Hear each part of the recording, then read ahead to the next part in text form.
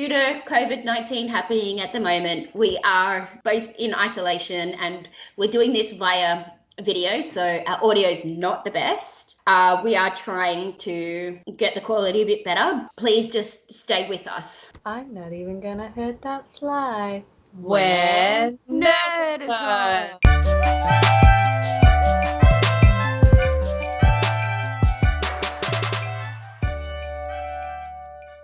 Okay, so this month is my choice. Again. No, last month was yours. Oh, yeah.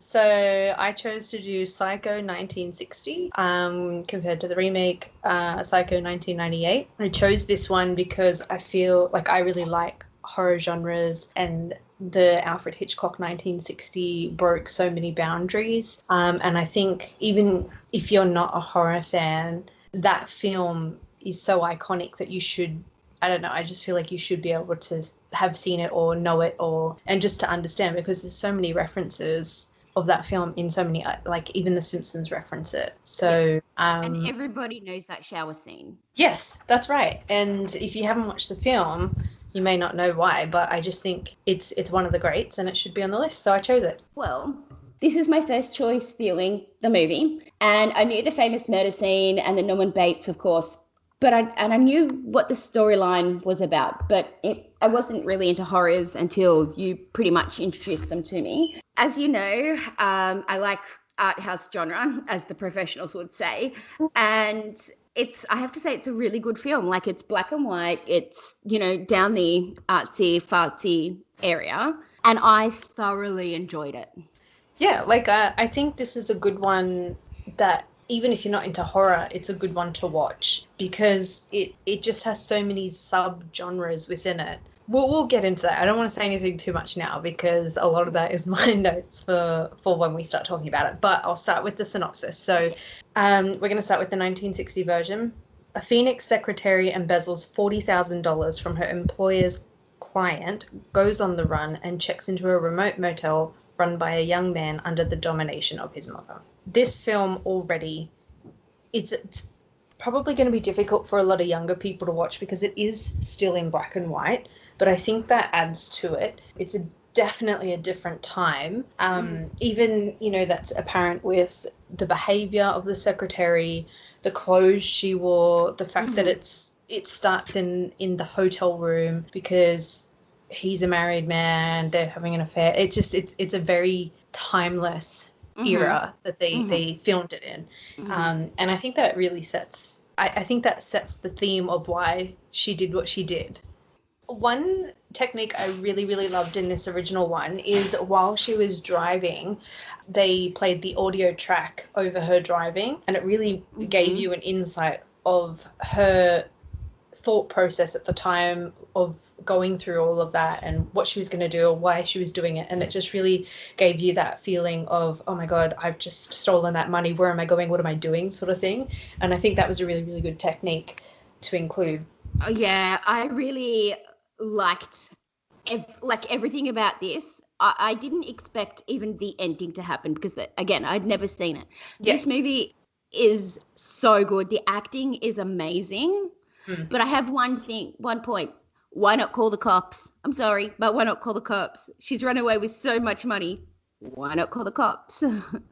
Yeah, but they mentioned that throughout the film, though. So, yeah, I know. I think he didn't want to believe it. He seemed like a bit of a dodgy guy anyway, because he was hitting on her, like typical rich white businessman back in the 50s, 60s. He was hitting on the secretary. He was flaunting his money. I feel like that thought process would have been very different if he had it on it with the private investigator. Yeah. He probably could have thought he could get something else out of it instead of going by law and doing it straight 180. I know, but I'm just like, me's just like, why not just call the cops straight away? Yeah, like they could easily communicate with other people in different towns and flag her down quicker. Yeah. Yeah. But again, 1960s. I do want to point out, how much does Freddie Highmore look like a young Anthony Perkins? As soon as he came on the screen, I was like, no wonder you were cast in Bates Motel because you look exactly like him. Oh my God, I never thought of that. Yeah, I'm pretty sure it was. Wait, let me check. But I'm like 97% sure. 97.68% sure. Bates Motel. I think Bates Motel is a series that I have been interested in watching, but I haven't yet. And I think it's set just before this film. You hear the stories about what happened when he killed the mum, and I think it's just before that point. But I haven't watched it yet. Yeah, Freddie Highmore is in it. Oh, wow. So I was right. I have another point. I love the fact that Norman was smart enough to make sure that the car went underwater completely. Because how many times have you seen a movie or whatever where the car they just walk away, or there's just an explosion? You know, I like that fact. But because it was shows, intense. and it shows It was an intense that scene. Yeah, especially because when he was like standing there and he was looking around when it didn't go down, and you could see he was like slightly shocked of like, oh my God, what do I do if it doesn't go down? But it also shows that he's done it before. He was very calculating enough to be like, I need to wait for this to go down. Yes. And that's a scary fact to think that he's done this, countless amount of times.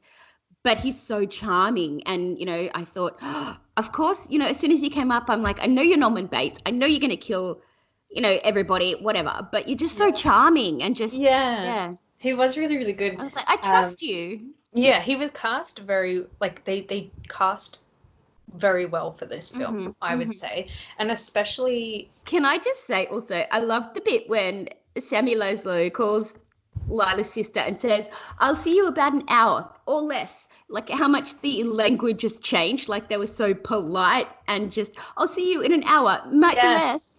Yes, that was actually a note that I did have for the next one, which I'll talk about later. Back to the casting, I think Janet Leigh was cast very well for that film. She really had that secretary vibe. She had that, horrible to say in today's society, but she had that sort of aged vibe about her of settling for a married man and just sort of leaving. And I think she's gorgeous and they cast her very well. Even the costume, like the clothing she was wearing, the particular type of lingerie really pointed out different, like it pointed out her character as a person of what she chose to wear.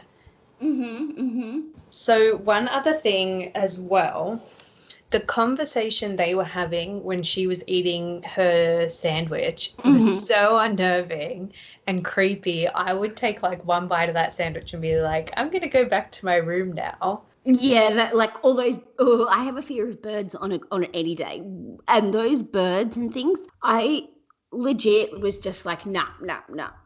That's a giant note from me. It's weird that was such a craze, like a decor craze, that everyone had stuffed animals in their room. It's not a pretty thing to see. I don't like it. One thing that I did find silly in this one, she left work early afternoon on the Friday. So she said she was going to go home and go to sleep because she had a headache. So she left and drove early afternoon on a Friday and drove the whole weekend and kept driving because when they were playing the audio, they were playing the audio of The Office of like, has she come in yet? It's Monday morning. She's always like, so she drove like 4 days or 3.5 days to get there, and how quickly the private detective drove to the hotel, and like it just didn't add up because he said, I'll be back soon. And it's like, but she drove so long. Oh, I did, because I tried to calculate and I'm like, there's no way that the private detective can go from the brother to her so quickly. And then they drove to go and find the private detective and then they went back. And it just didn't work out. That's why it's called a movie and not a documentary. Yes, I know. But I mean, if they were going to get everything else so accurate. I know. When Sammy was killed, that was amazing. The suspense was just right. Like, I wasn't expecting Sammy to die. That was the private detective, right? Yeah. I also found, like, for this film, it was so simple but perfect in the, like, type of scares that they did. Even the fact when her sister and her partner went there, they were going to scope it out, try and keep him busy while she snuck around. That was scary enough as it is. Yeah. Like, that is intense, walking around trying to hide from someone else and not get caught. Yeah. And absolutely. It was so simple. But I'm impressed, though, for the sister who was in, like, proper, 50s swing style dress, and she had the heels and stuff, because women always looked immaculate then. And when they were walking across to see where he was and go into room number 1, she was able to tiptoe so quietly. I could barely hear her shoes. And then in the new one, they were so loud. But we'll get to that. Yeah.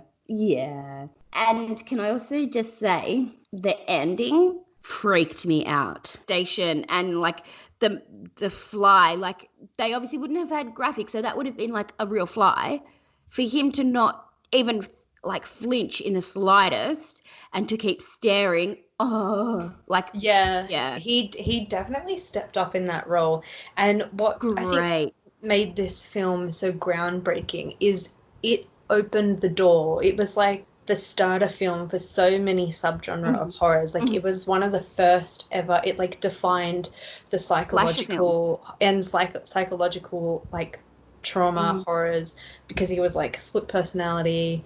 You know, it had, like you said, it was a slasher film. It was a lot gorier than what a lot of films of that time were. So it was just groundbreaking.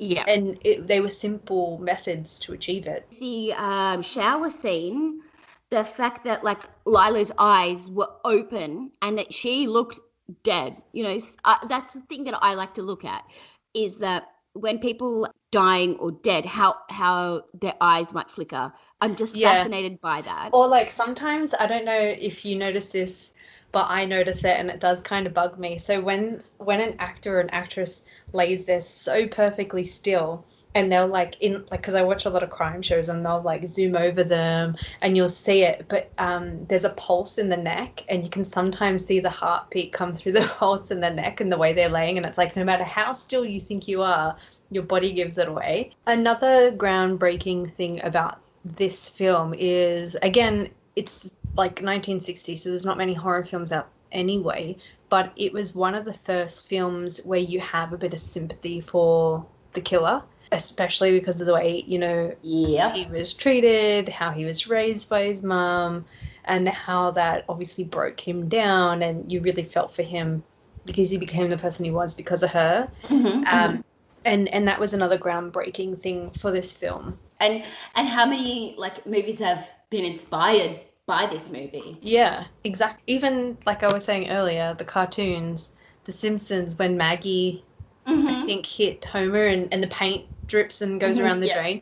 Like, it's such a simple thing because they didn't show too much, because again, a lot was censored in 1960 on TV, so they didn't show too much. But to show the water going down, we couldn't see the blood because it was black and white, but to show that, it leaves a lot to the imagination. And I think on that shower scene, the violin playing while that was happening is so iconic now. It is, I think, one of the most recognizable pieces of music in a film to date. Ever. Yeah. Can I just tell you a fun fact? Okay. What do you think $40,000 in 1960 money is worth in today money? Let me have a guess. I'm gonna go with 730,000. Completely off. It's worth like $3,496,244.90. No way. Are you sure that's in cash? That's what the converter said. But also think about it. He bought a property with that $40,000. Oh, I have another fun fact. Okay. When the cast and crew began to work on the first day, they had to raise their right hands and promise not to divulge one word of the story. Alfred Hitchcock also withheld the ending part from the script from his cast until it needed to be shot. That's really good. And I think that sort of secrecy in filmmaking is what makes a film really good, especially today. Like, look at Star Wars, how secret they were when The Force Awakens was done, just to try and keep it like under wrap. And it was so much better when you went and saw it in the cinemas because there was no spoilers. So I have a fun fact for you. The shower scene, chocolate sauce was used for blood. And the hand holding of the knife in some shots was Alfred Hitchcock's. And the way he got around the censorship in 1960 was he claimed that the knife never touched the victim. In recent times, people have re-looked at it and they're like, hang on, I think it did touch the victim. So they alluded to it without ever actually having to do the shot. Oh, wow. That's super interesting. Huh. Yeah, it's pretty interesting. Janet Leigh, the actress, Mhm. said she avoided taking showers for the rest of her life after filming Psycho. Wow. I mean, it's a pretty iconic scene that she's in. Yeah, and the fact that I would be scared because they would have had to make it less shots and, it would have been actually horrific to be, to have that because that was a real scare. Like that, apparently that was like one of the first shots of her just Yeah, and the noise played a very big thing for the Mhm. shock of that, especially when the like shower curtain was ripped to the Mhm. side. Like you Mhm. can really, they really focused on the sound in that scene as opposed to what you could physically see. Yep. Say that if they had filmed this in color, there Mhm. is no way it would have been shown because the censorship would have prevented it from being shown. Wow. Yeah, That's cool. it's pretty interesting. Do you have anything else to say on this one? We'll definitely watch this again. I actually thoroughly enjoyed it. How many movie reels do you give it? Okay. So I'm going to give this one a 4.8. Oh, I'm gonna give this one a I 4.6. I believe this might be the highest I've ever given one of your choices. Yep. It was very beautiful, and the use of the camera work against that last scene, and obviously Liz's death was and the birds just the Yeah. birds just got to me. No, that's really cool. I definitely prefer horrors like this as opposed to what's out now. You know, they try to make it more explicit, like they try to make it more gory, and I think doing something like this is so much better than the new stuff that they have. Thrillers are more my thing. I started watching Saw movies because everyone was like, "Oh, they're Saw movies." No, I'm not into like gore porn. I guess See, the what you'd call first it. one, Oh, that was so Saw good. was good, and it only really had the three key players, and the Mhm. surprise twist at the end. I When was the key went down the drain, oh my god! No, when he stood up, and I was like, oh my god, that body in the room was alive this entire time, and he stood up and walked out. But I think from the second one onwards, it just turned into Big fan of like blood, guts, and all that kind of stuff when it's not needed. yes, correct. Although, like I said, I did watch Midsommar because I love Florence Pugh now, and that one is gory, but it's done nicely. Yeah, yeah, there are some that work. Like I like a lot of Rob Zombie's films, and he's quite gory, but he does it in a good way. Yeah. So how much do you think this one got on Rotten Tomatoes? Okay, so I'm going to use Luke's.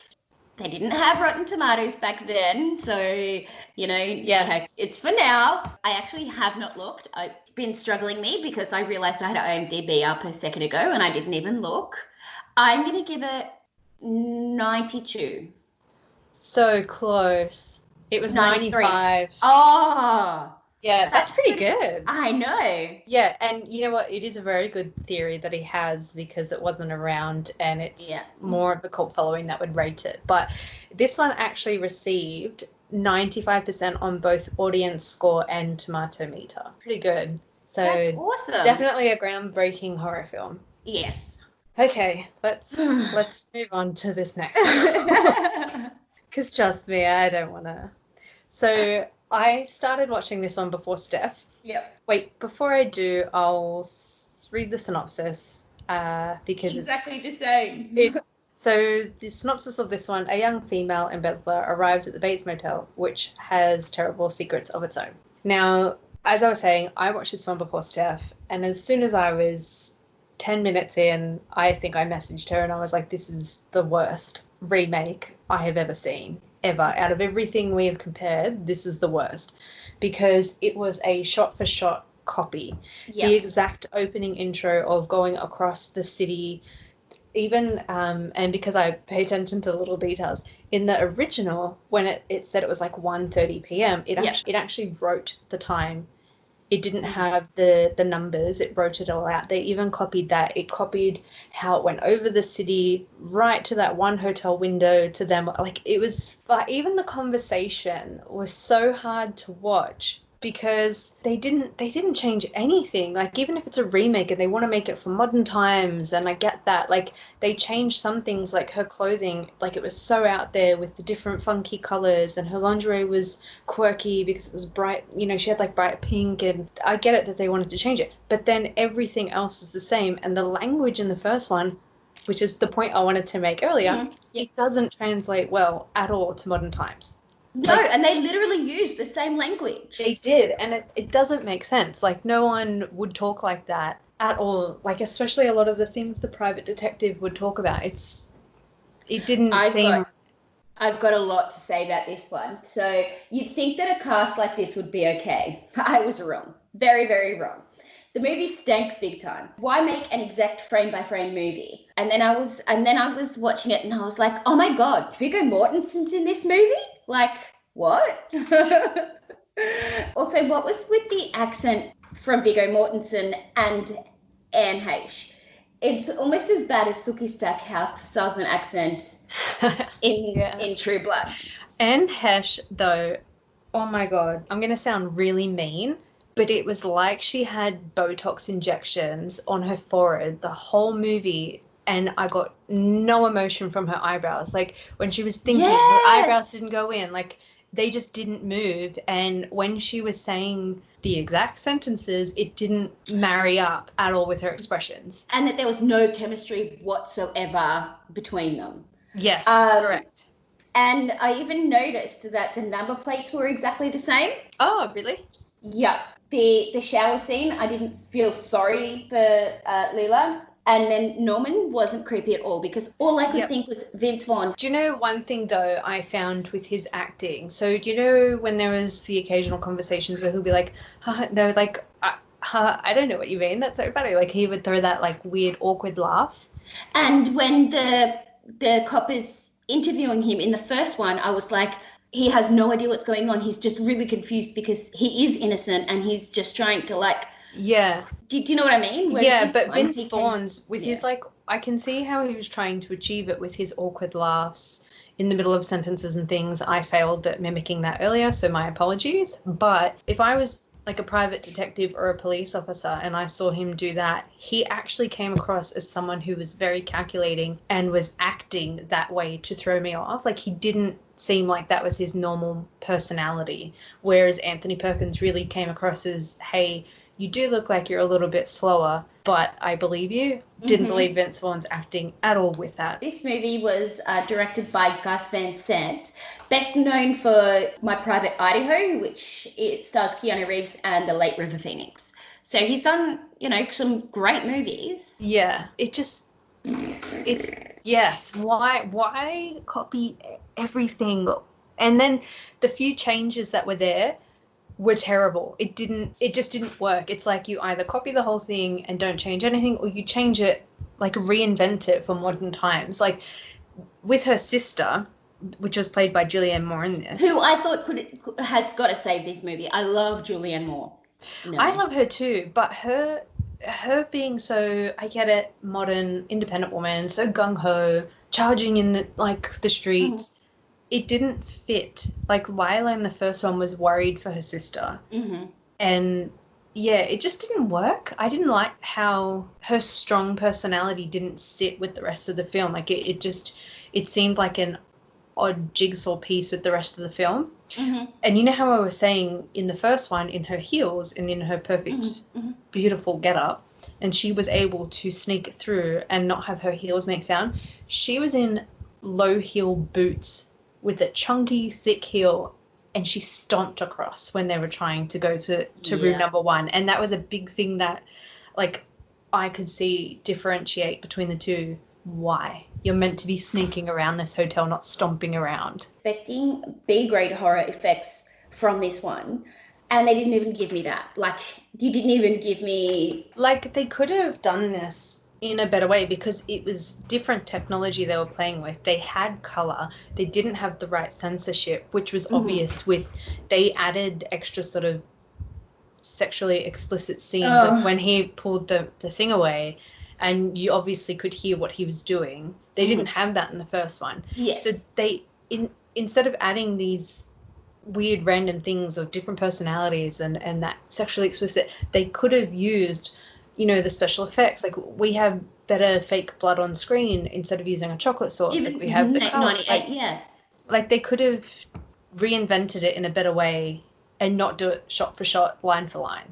I did make one note here that, okay, to be fair, Gus, the director, did change a few camera angles during the shower scene, so I'll give him that. Oh, because one thing I did like though, so when in the original, when Marion got into the shower, she just turned it on and went straight under. No one jumps under a shower that quickly without putting their hand in to check the temperature. I don't even jump in the shower. But with Anne Hesh, she did sort of like play with the water temp a bit. And I'm like, oh, okay, that it's such a simple thing, but it's what everyone does. And I didn't realise the music was done by Danny Elfman. In the new one? Mm-hmm. Oh, I didn't know that either. I have a few trivia points for this. Sure. In Psycho 1960, so Alfred Hitchcock wanted his opening shot to be a long, complete pan and zoom over the city into Marion's hotel room, which, when you watch it, it does look like that. However, the technology wasn't around at the time for them to do it, so it probably would have been done with like little models and do it that way. But in the new one, they were able to achieve that because they had the technology to actually pan across in a single sweeping shot. All I could think of when you said, tiny little houses, you know, all that, all I could think of was the Simpsons episode where Mr. Burns is like, I said hop in. Yes. Yes. My partner says that to me all the time. I said hop in. Yes. So another fun trivia. In the last frame of the film, there's a skull that is superimposed over Vince Vaughn's face. You know, when he's in his cell and yeah. So that is the same skull used in the last frame of Psycho 1960 superimposed over Anthony Perkins' face. So really? It's a cool fact, but at the same time, it's another thing you copied as well. But also, it is pretty cool that they use the same. But also, why choose Vince Vaughn to be Norman Bates? He's a comedy actor. He's been in so many comedy films prior to that. When you're going to choose somebody who is known for comedies, why then get them in to go from the giant jump from that to this? And he looked nothing the same. He was just it could have been that Vince Vaughn could have been in that point in his career that he was always typecasted as the same character and wanted something different. Another fun trivia fact, or another copy, because everything is a copy. So this film, the 1998 version, was shot in 6 weeks, as was Psycho 1960. So they even copied how long they were going to film this. Probably one of the worst movies we have ever chosen out of every. This is even worse than I think you would feel towards that movie with Loki. You know, the hotel one?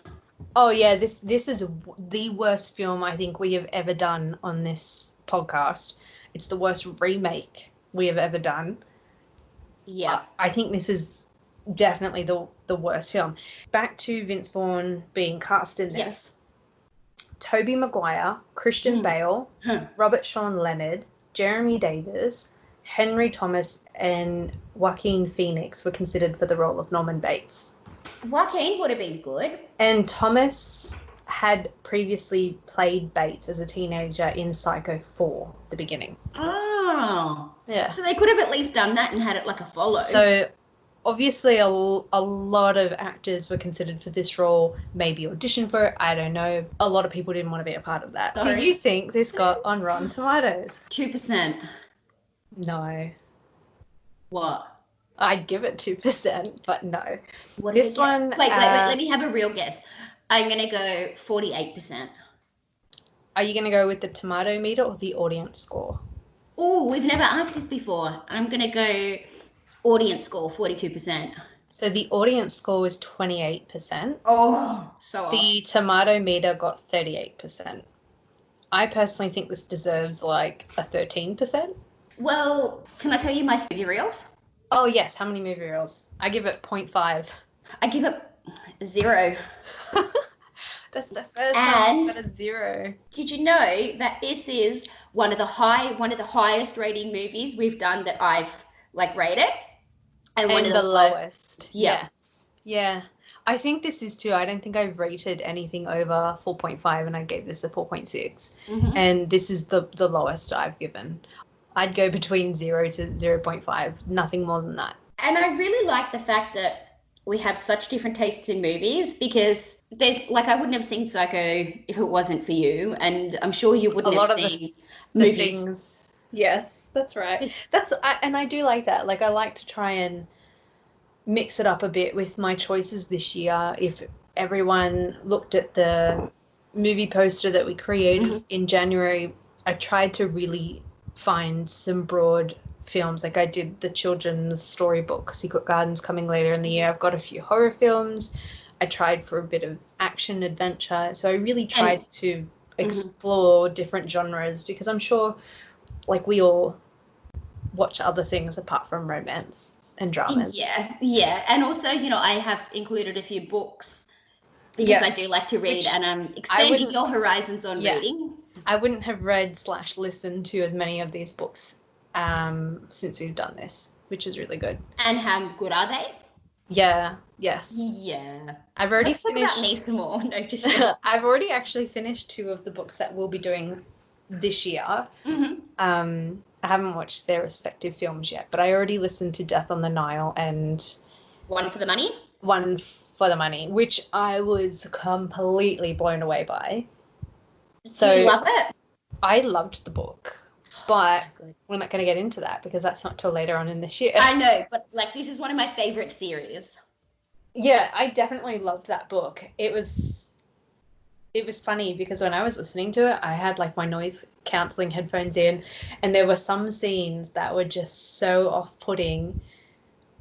And yeah, we'll talk about that when we do that episode. But overall, what did you think of Psycho? Like, as the story, film, what do you think? I thoroughly enjoyed it. I would definitely, like I said, go back and watch it again.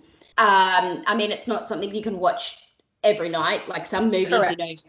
Like one of my favorite all-time movies is True Lies, and I can watch that a million times. I can just have that on repeat, and it's still an amazing film. Although it doesn't age as well as I thought, and it is quite racist. True Lies? Yeah, with Arnold Schwarzenegger. Yeah.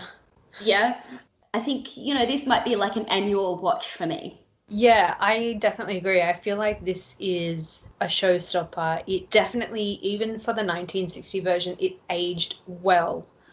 Even the theme, it was so groundbreaking. Yeah, that's right. And it was simple. It was a simple horror film, and it still gets you when you watch it. And just going to backtrack a bit, actually. I did mention before, being shot in 1960, you could understand the motives of Marion, but in the new one, didn't really come across to me why she was stealing the money and leaving, because seemed like she was an independent woman. It was 1998. A woman didn't need to have to hide around with who she was sleeping with, whereas in 1960, yes, you had to. You did, and to steal that money to try and be able to create a new life, you can understand that. But when she stole it in 1998, it didn't make any sense. So I don't think can be reinvented in modern times the way that they did it, shot for shot. I think if they changed a few elements, it could work. But the 1960 version was perfect as it is, and I don't think it needs to be changed at all. Just watch the original. Hundo P. Yeah. And then confession time. Okay. I didn't actually watch all of Psycho. You need to stop doing that. Listen. I got like halfway, and my internet steps started going, a bit. So I went on YouTube, and I found that there's a YouTube where it's shot for shot, and I just went. I've seen that. Yes. Yeah. Because my internet just kept cutting out, so I was like, I'll just watch this, and I was like, I had about 20 minutes to go of the original, but my internet just died because everyone's using the internet, obviously. Yes. Yeah, no, I get that. I had that problem when we did last month's episode, Girl with the Dragon Tattoo, that was very difficult for me to watch. In the end, I purchased it off. Oh no, I purchased Psycho. Psycho 1998 was actually really difficult for me to find. Mm-hmm. I had to purchase that one through Google Play Store. Mm-hmm. Which was like $3.99, I think. That's not bad. I want my $3.99 back though. That is true, but I'm happy I only spent $3.99 now. If we were doing this podcast, a while ago and had to go and buy the DVDs, would be worse. Well, with Chucky, they had it on special for 99 cents. I was like, yes. The new one? Mm-hmm. Oh, I love that one. I was like, that's awesome. Do you want to move on to Nerdison's Nerdy Notables? Okay, just So, Nerdison's Nerdy Notables. I finished a task that I've been wanting to do for about a year and a half. Mm-hmm. I made me and my partner a Christmas stocking to hang on the wall. Mine's a Star Wars one, his is a Toy Story one. Oh, awesome. It was like my first solo project. Like my mom, my sister-in-law have tried to teach me before. Like my mom has a habit of taking over the project and she doesn't explain what she's doing, so I never learn anything. So this time I had so many YouTube videos open and I did it, and I made some mistakes. I can see where those mistakes are, but I think I did pretty good. You showed me the photos. They're amazing. I hid the mistakes. Because I was going to say, even if I zoomed in, you couldn't see the mistakes at all. Well, there's only one visible mistake if you had it up close. Is more of a process that I should have done that I didn't do. So, but it's really cool. I can't wait to make, more down the track, and really cool. Yeah.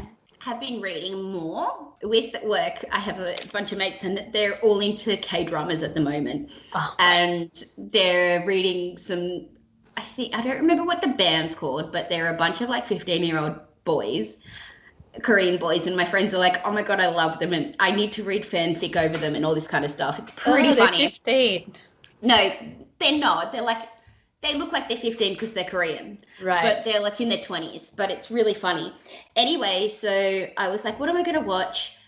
Bong Soon Strong Girl is one of the best shows on Netflix right now. Oh, really? I've been watching Tiger King have added a few extra episodes.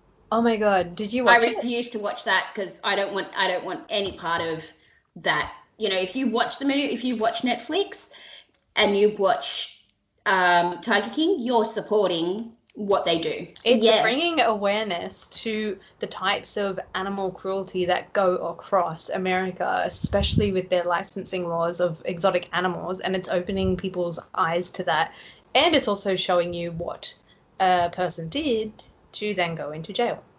Yeah, I don't have interest for that, but Bong Soon, oh my goodness. So it's about this girl who has superpowers where she's super strong, and she's has a cop who's a best mate, and then she has to become a bodyguard for this giant CEO, and he's has one of those segways because he refuses to walk, and he's just an arrogant asshole. Oh my God. But the way that she saves the day is she just beats up all of these gang members, and they've got teeth falling out. They're it's over the top, and she goes into the hospital to visit somebody else, and all the gang are there, and they're so scared of her, and the doctors are and the police are why are you scared of a 16-year-old of a girl? Yeah, because they obviously don't know she's super strong.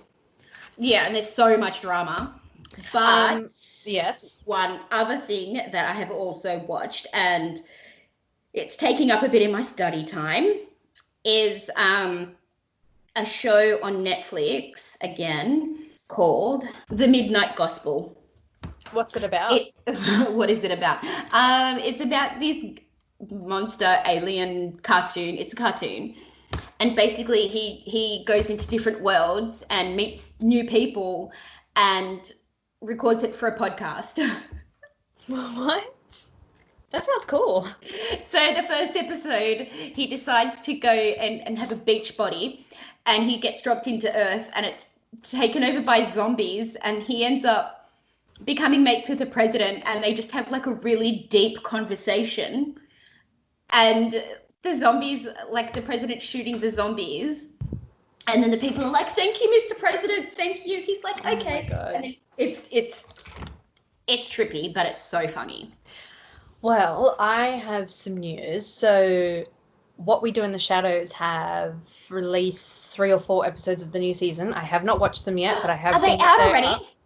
Yes, I've found them on a few streaming sites. Wink, wink. Wink, wink. So I haven't watched them yet, so I will try and get to that. I don't know, I'm a cartoon person, but I love the DuckTales original and remake, so there is a few new episodes of the remake that is also out. David Tennant's in that yet? Yes, he's Scrooge. Mm-hmm. Yeah, so I think we've been waiting for like a year for that, so they finally released a few of those episodes, so they are some things that I shall watch this week. And now I've got a new computer. We can finally play Magic online. Yes, I haven't played Magic the Gathering for a while, even though I know I was getting really, really into it. But I was just playing like bots online, so it'll be great to be able to play a friend. Yeah. Yeah. And especially somebody who kind of knows what they're doing. I probably kind of know what I'm doing, so I haven't played for a while, so I'm going to forget a bit. I still have some of the actual playing cards. Maybe one day we'll be able to Yeah. play. See, I played a bit, but where I would play D&D, they would have Magic playing as well. And when we'd have a break from D&D, or it was just nothing that I was involved in, I'd just walk over and I'd talk to some of the others playing Magic and learn from them. And so, yeah, it'd be nice to actually play. Yeah, it would be good to actually play. So what's your username on the Magic the Gathering in case somebody wants to play you? I have no idea what... I don't know. I haven't played in so long. I was on so there are 2 things you can download on Magic the Gathering to play online. There's Magic the Gathering Arena, and then there's something else. So I'm playing in the Arena.